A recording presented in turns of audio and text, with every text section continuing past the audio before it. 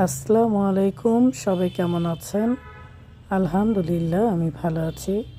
চলে এসেছি প্রতিদিনের মতো আপনাদের রনক আপু। আজকে রান্না করব, কি করব চলেন দেখি। এই তো চলে এসেছি আমার রান্নাঘরে। আমি রান্নার জন্য সব কিছু গুছিয়ে নিয়েছি। মুসুর ডাল ভিজিয়ে নিয়েছি, আর মাছ দিয়ে রান্না করব ফুলকপি, আলু, গাজর আর টমেটো দিয়ে। ফুলকপিটা সিদ্ধ করে নেব, সাথে গাজরও দিয়ে দেব আলু। মাছটা আমি হলুদ আর মরিচ দিয়ে মেখে নেব। হলুদের ফাঁকি দিয়ে দিলাম, দিয়ে দিচ্ছি শুকনো মরিচের ফাঁকি আর লবণ।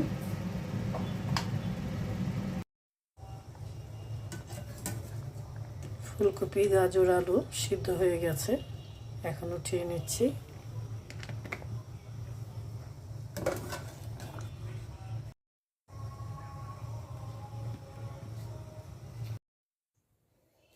মুসুর ডালটা আমি ব্লেন্ড করে নিলাম, দিয়ে দিচ্ছি চালের গুঁড়ো, বেসন নেই তাই। আর দিয়ে দিচ্ছি পেঁয়াজ কুচি, ধনিয়া ফাঁকি, আদা রসুন বাটা, কাঁচামরিচ কুচি, ধনিয়া পাতা, হলুদ ফাঁকি, শুকনো মরিচ ফাঁকি, জিরে ফাঁকি আর লবণ। এখন ভালো করে মিক্সড করে নেব।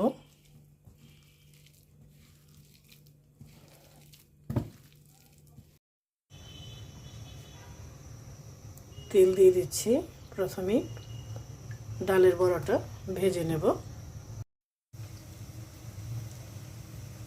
ডালের বড়াটা তেলের মধ্যে ছেড়ে দিচ্ছি। আমি একটু ছোট ছোট করেই করছি। সবজির তরকারির মধ্যে ডালের বড়াটা দিব।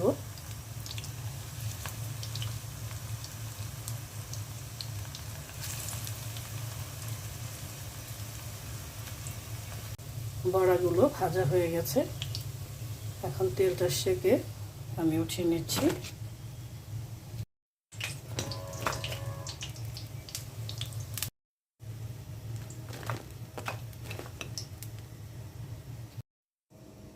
এই তো হয়ে গেছে বড়া ভাজা। কয়েকটা আমি তরকারির মধ্যে দিব, আর কয়েকটা এমনি রাখবো খাওয়ার জন্য ভাতের সাথে। বড়া ভাজা তেলের মধ্যেই মাছটা ভেজে নেব।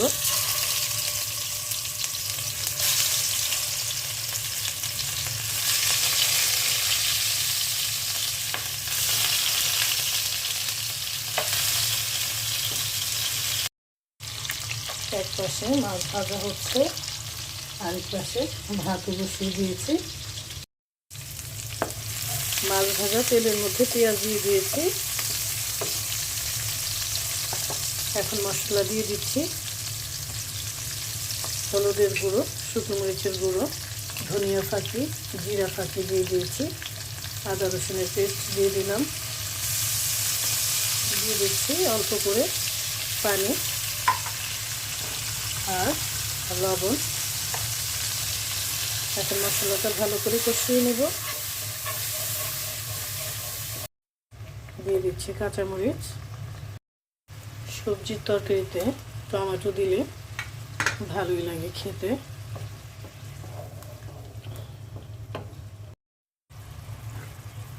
সবজিগুলো দিয়ে দিচ্ছি। দিয়ে দিচ্ছি মাছ।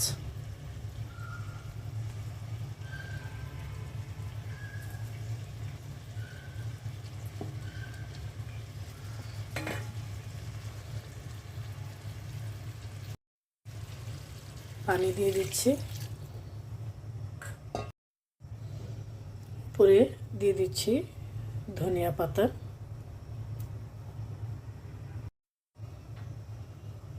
এখন কিছুক্ষণের জন্য ঢেকে দিচ্ছি। এখন কয়েকটা ডালের বড়া দিয়ে দিচ্ছি।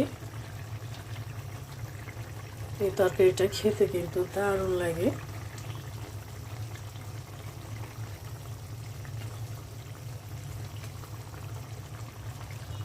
আবারও ঢেকে দিলাম। এই তো হয়ে গেছে ডালের বড়া দিয়ে, সবজি দিয়ে মাছের তরকারি। আপনারাও ট্রাই করবেন, খেতে কিন্তু দারুণ মজা। আর ডালের বড়া ভেজেছি, গরম গরম ভাতের সাথে খেতে দারুণ লাগবে। সবাই ভালো থাকবেন, সুস্থ থাকবেন। আল্লাহ হাফেজ।